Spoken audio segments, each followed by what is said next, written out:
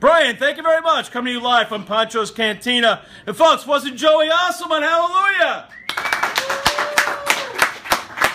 And did Dave Ulinski nail it or what? Dave Ulinski was awesome. All right.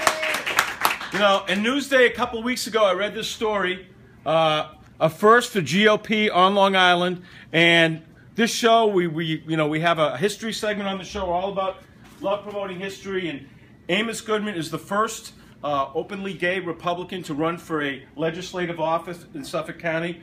So we want to welcome Amos. And Amos, first of all, how does it feel making history in Suffolk County on this issue? You know, it wasn't something that I was setting out to do. When the Newsday reporter said, "Did you realize you're the first XYZ?" I said, actually, I don't, and don't really care, because I think it's among the least interesting things about me. Certainly nothing I'm hiding, have ever hid, but you know, I'm focused on the issues, and I think this is going to be about identities. It's not going to be about, it's going to be about issues, not identities. And so, you know, I'm very grateful that you know, by the outpouring of support, both from the Republican Party, but also from folks who said, look, I never would consider voting for Republican, but I'll give you a chance, because, you know, you seem like a guy who, you know, talks straight and you know, focuses on the fiscal issues. And you know, we heard some of, from the gentleman before about what happens when you get business as usual politicians who play games, who act in bad faith. I want to bring a new sort of leadership and a courage to the Suffolk County Legislature. For people watching, Amos, talk about who is Amos Goodman, what is your passions, what are the type of changes you want to make if you do get elected? Sure. So I'm mostly focused on fiscal issues, because I think in Suffolk County that is going to be the biggest issue. And in my district, the 2nd district, which is way out east on Long Island, South Forks, the Hamptons, Shelter Island, we're already paying more than our fair share to the county. And their unwillingness to make some of the tough budgetary choices, reliance on gimmicks, is only going to hurt our people more, only going to increase taxes, drive out business, drive out jobs. And so I worry about that. I worry about what that does to our communities. And you know, I'm a guy who comes out of the private sector. You know, I've run with businesses. I've seen, you know, the effects that arbitrary regulations, increasing the cost of doing business, has on their willingness to employ people, contribute to the tax base. And I worry about the future, and you know, I want to step out there. I am stepping out there because, you know, I'm 31. I think it's time for my generation to begin to take the mantle of leadership from the kind of status quo folks who aren't really giving us what we need.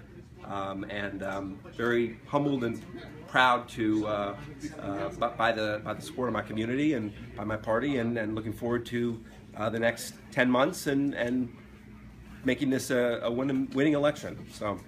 Amos, talk about the politics of today, the fact that you have to do massive fundraising. It said in a Newsday article that you're already committed to spending $200,000, and the fact that the utilization of social media is so important, getting your message out there. So talk about the political culture of today on fundraising, social media, and the things that today's politician has to do to get elected. Sure. So before announcing my candidacy, I ran a political organization after leaving the corporate world full-time, and so I got to go through the motions of fundraising, of the new kinds of technologies. Frankly, though, there's no substitute for knocking on people's doors, pounding the pavement.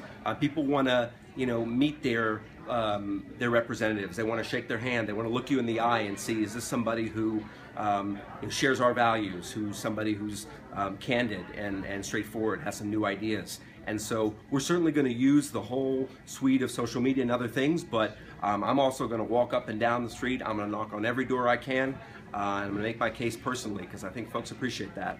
And that's what wins elections in the end of the day.